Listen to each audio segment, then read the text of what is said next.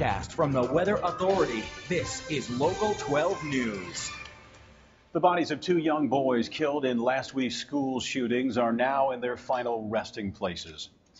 Good evening, everybody. Funerals for the first of 26 victims of Friday's elementary school massacre begin this afternoon in Newtown, Connecticut. Family, friends, and townspeople streamed out of two funeral homes after the services for two 6-year-olds.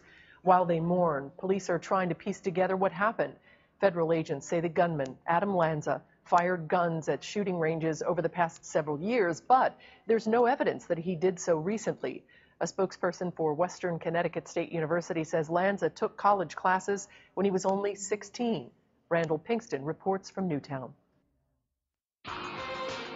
Young children came for the funeral of one of their friends, Jack Pinto. Emotions are running high in Newtown as this community begins to lay 20 first graders and 6 adults to rest. Family and friends also gathered to say goodbye to 6-year-old Noah Posner. The boys are just 2 of 26 victims who died at Sandy Hook Elementary School on Friday. Police are trying to figure out why 20-year-old Adam Lanza burst into the building and started firing a high-powered rifle. Every single facet of the weapons will be analyzed. Every single round of ammunition will be looked at, examined for any kind of physical evidence.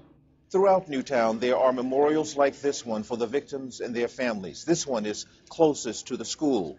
People from across the Northeast are traveling here to pay their respects. Maristella Rappo drove 3 hours from Massachusetts to bring teddy bears. She no longer feels her own children are safe. There's no way out. People ask us to not fear, to don't be paranoid, but how? There was no school today, so some parents brought their children to a local recreation center to have some fun.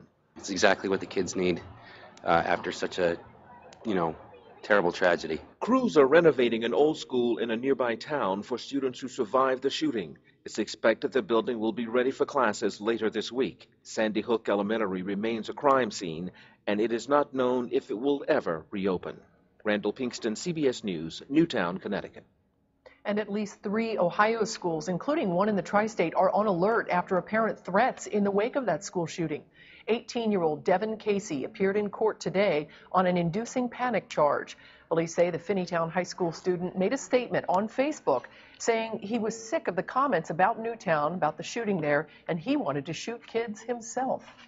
Butler County Sheriff Richard Jones says effective immediately, his patrol units will increase their visibility at schools.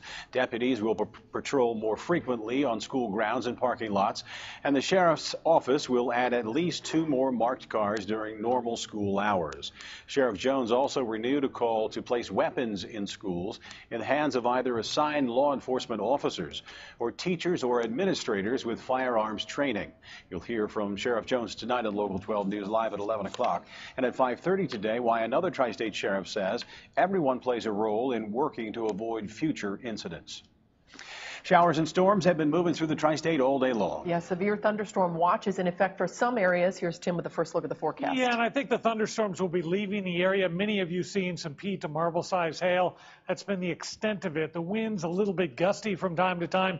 I think the thunderstorms will leave and rainfall will become more and more scattered as the evening hours go on. Let's check a couple of tower cams. First of all, looking to the